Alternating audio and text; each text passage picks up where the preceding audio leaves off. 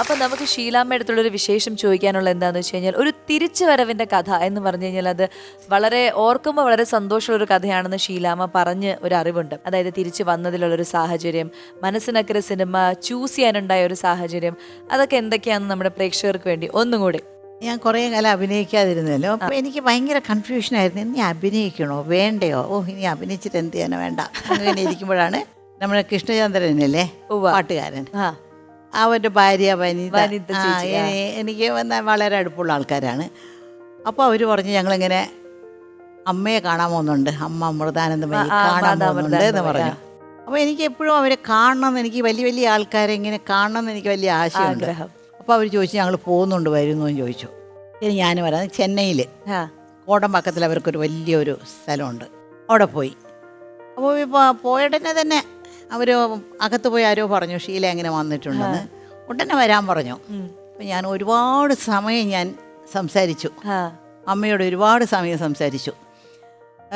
അപ്പോൾ അങ്ങനെ അവർ എൻ്റെ മടിയിൽ കിടന്നു, എൻ്റെ മടിയിൽ ഇങ്ങനെ കിടന്നു. അയ്യോ എനിക്ക് അമ്മയെ പോലെയാണെന്ന് പറഞ്ഞ് ഇങ്ങനെ കിടന്നു. അതുകൊണ്ട് ഞാനിങ്ങനെ കെട്ടിപ്പിടിച്ചു. എനിക്ക് ഭയങ്കര ഒരു സന്തോഷം വെച്ചാൽ ഒരു എന്തോ ഒരു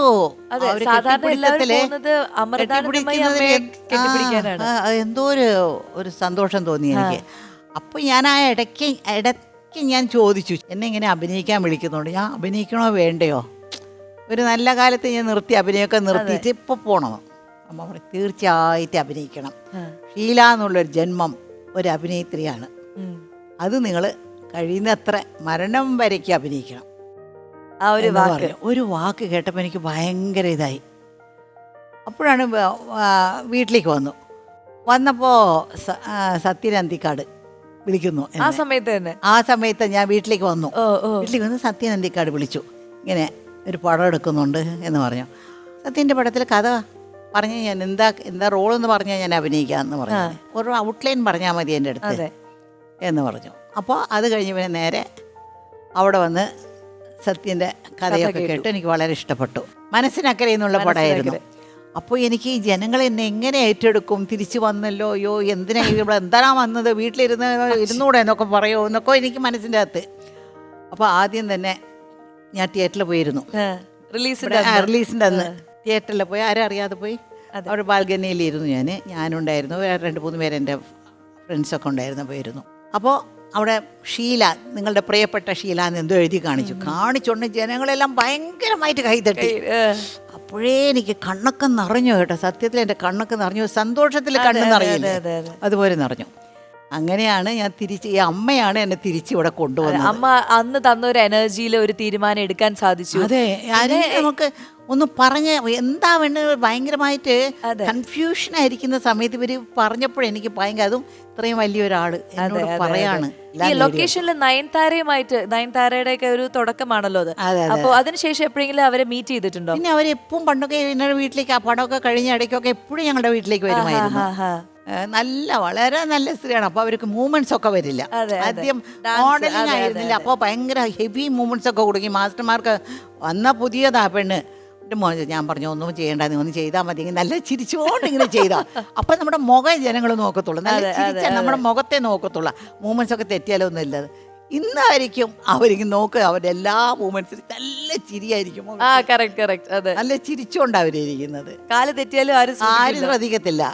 അങ്ങനെ ചില പൊടി കൈകളൊക്കെ ഷീലാമ്മ നയൻതാരയ്ക്ക് പറഞ്ഞു കൊടുത്തു. എന്തായാലും ഈ വിശേഷങ്ങളൊക്കെ പറഞ്ഞ സ്ഥിതിക്ക് ഇതേ ഒരു എനർജിയിൽ നമുക്കൊരു ഗെയിം കളിച്ചാൽ എങ്ങനെ ഉണ്ടാവും? അയ്യോ എന്ത് ഗെയിം? ഇരുന്നിട്ടുള്ള ഒരു ഗെയിമാണ്, ഒരു വിഷ്വൽ ഗെയിമാണ്.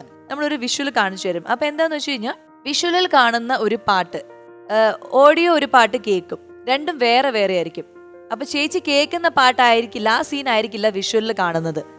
അപ്പൊ വിഷ്വലിൽ ഏത് പാട്ടാണോ, ഏത് പാട്ട് സീനാണെന്നുള്ളത് കറക്റ്റ് ആയിട്ട് പറയണം. ഏത് കാലത്തുള്ള പാട്ടാണ്? പഴയ കാലം തന്നെയാണ്. ഷീലാമ്മയ്ക്ക് പറ്റുന്ന രീതിയിലുള്ള അങ്ങനത്തെ കുറച്ച് പഴയ കാലത്തെ പാട്ടുകളൊക്കെ തന്നെയായിരിക്കും.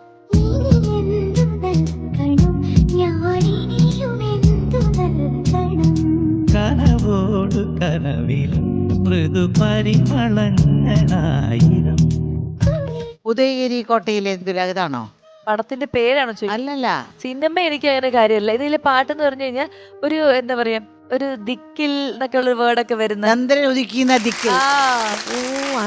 ചന്ദ്രൻ ഉദിക്കുന്ന ദിക്കിൽ ചന്ദ്രനുദിക്കുന്ന ദിക്കിൽ ചന്ദനം പൂക്കുന്ന ദിക്കിൽ തൃത്താപ്പൂവിനു മുത്തം കൊടുക്കുന്നു തൃക്കാർത്തിക രാത്രി.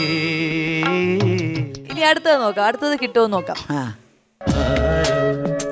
വിരൽ നീട്ടി മനസ്സിൻ മൺവീണയിൽ കള്ളിച്ചെല്ലമ്മന്നറിയാം. മിഴിനീരിൻ ശ്രുതി മീട്ടുന്നു മൂകം.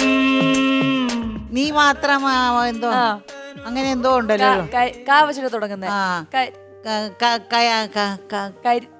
കരിമുകിൽ കാട്ടിലെ രജനീതൻ വീട്ടിലെ കനകാംബരങ്ങൾ വാടി കടത്ത് വെള്ളം യാത്രയായി. ഇതെനിക്കറിയാം. ഈ പടം കണ്ടിട്ടുണ്ടോ? പിന്നെ ഇത് കണ്ടത്. കരിമുകിൽ കാട്ടിലെ രജനി തൻ വീട്ടിലെ കനകാംബരങ്ങൾ വാടി കടത്തുവള്ളം യാത്രയായി യാത്രയായി. അതെ, ഈ ആക്ഷൻ വന്നു. അത് അവർ വരും എപ്പോഴും എനിക്ക് അറിയാതെ ചെയ്യുന്നത്. അപ്പൊ അത് അടിപൊളി. ഒരെണ്ണം ഞാൻ ജയിച്ചു.